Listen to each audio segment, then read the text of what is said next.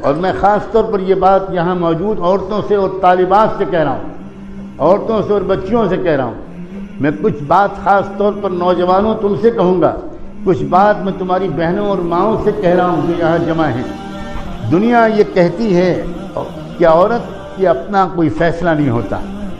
عورت تو ماحول کے رنگ میں رنگ جاتی ہے، عورت کا اپنا کوئی ارادہ نہیں ہوتا، اور ہزاروں عورتیں بھی یہ بہانہ کرتی ہیں، اور میں لفظ بہانہ جان بوجھ کر استعمال کر رہا ہوں، ہزاروں عورتیں یہ بہانہ کرتی ہیں، کیا بتائیں، ہم کو اچھی سسرال ملتی دیندار تو ہم بھی نماز پڑھتے، سسرال میں پردہ ہی نہیں کیا جاتا تو میں بھی نہیں کرتی، سسرال میں نماز کی پابندی نہیں ہوتی تو میں بھی نہیں کرتی۔ اس سے بڑا کوئی جھوٹ نہیں ہے کہ اگر کوئی عورت یہ کہے کہ کیا بتائیں کیا بتائیں کیا بتائیں، پوری دنیا کی تاریخ میں کسی عورت کو اتنا برا ماحول نہ ملا ہے نہ ملے گا جتنا فرعون کی بیوی کو ملا تھا، مگر اللہ تعالیٰ نے اپنی بندیوں کا دفاع کرنے کے لیے اور اس جھوٹ کا پردہ چاک کرنے کے لیے بھی شاید یہ واقعہ بیان فرمایا۔ کوئی نہ کہے کہ عورت کا اپنا فیصلہ نہیں ہوتا، کوئی نہ کہے کہ عورت کی قوت ارادی کمزور ہوتی ہے، اگر عورت ٹھان لے کہ مجھے تو شریعت پر چلنا ہے، مجھے اسلام پر چلنا ہے، مجھے رحمت دو عالم صلی اللہ علیہ وسلم کے طریقے پر چلنا ہے، تو نہ اس کا باپ اس کو اس راستے سے ہٹا سکتا ہے، نہ اس کا شوہر اس کو اس راستے سے ہٹا سکتا ہے، نہ کوئی اور اس کو اس راستے سے ہٹا سکتا ہے۔ مسئلہ اپنی کمزوری کا اگر ہو تو پھر بات الگ ہے۔ ایک زمانہ وہ ہوتا ہے جب عورتیں شریعت پر خود جمتی ہیں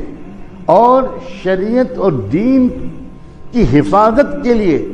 خود آگے آتی ہیں، قربانیاں دیتی ہیں، اپنی ذمہ داری محسوس کرتی ہیں۔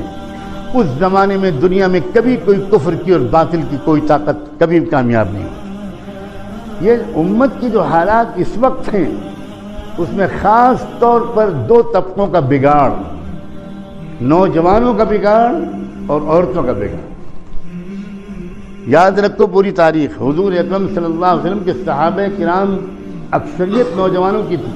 اور آپ صلی اللہ علیہ وسلم نے یہ بات کہتے ہوئے کوئی تکلف نہیں کیا کہ نصرت بالشباب،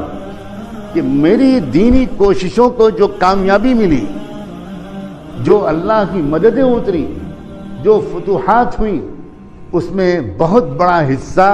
میرے نوجوان ساتھیوں کی قربانیوں کا اور ان کے کمٹمنٹ کا ہے۔ نوجوانوں، جب سے امت میں عورتوں نے دین کے اوپر آنے والے حملوں کا مقابلہ کرنے میں اپنی ذمہ داری ادا کرنا چھوڑ دی، اور جب سے نوجوانوں کے اندر غفلت آ گئی، گناہوں نے نوجوانوں پر فتح پالی اور نوجوان ماحول سے شکست کھا گئے، اس وقت سے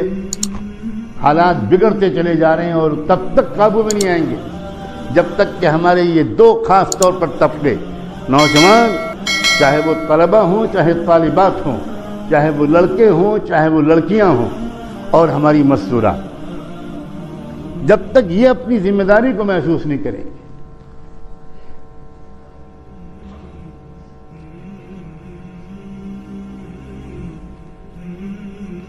ایک راستہ تو یہ ہے کہ ماحول کے رنگ میں رنگ جائے، جیسی جدھر کو ہوا چل رہی ہو ادھر کو اپنی پرواز کر لی جائے، اپنے کردار کو ماحول کے حوالے کر دیا جائے۔ موبائل کا غلط استعمال سب کرتے ہیں، ہم بھی کرنے لگے،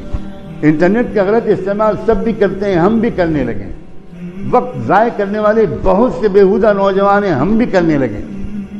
اپنے دامن کو گناہوں کی گندگی سے محفوظ رکھنے کی کوشش کرنے کا رواج کم ہو گیا، ہم بھی غفلت میں لت پت ہو جائیں، گناہوں میں ڈوب جائیں۔ ایک زندگی یہ شکست خوردہ زندگی، یہ زندگی، ایسے نوجوان کبھی تاریخ میں اپنا نام نہیں بناتے، ایسے نوجوانوں کا کوئی حصہ نہیں ہوتا، کوئی یاد بھی نہیں کرتا ان کو، اور یہی صورتحال مستورات کی ہے۔ طالبات بھی سنیں اور مستورات بھی سنیں، امت کو جتنے اچھے جانباز لوگ ملے ہیں، جتنے علماء، جتنے محدثین، جتنے اولیاء اللہ، جتنے عظیم شعراء،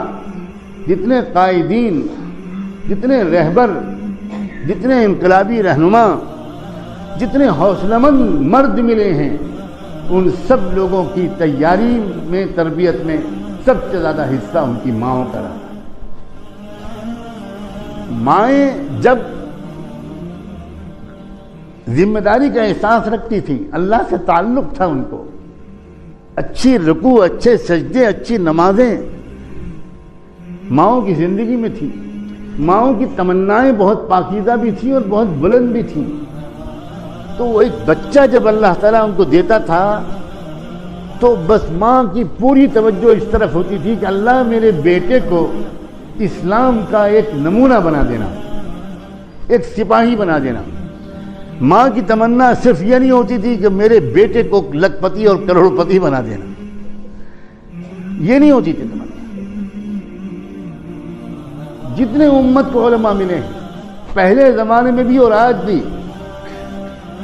افسوس یہ ہے کہ اس بات پر زیادہ غور نہیں کیا جاتا، اصل کارنامہ ان کی ماؤں کا ہے۔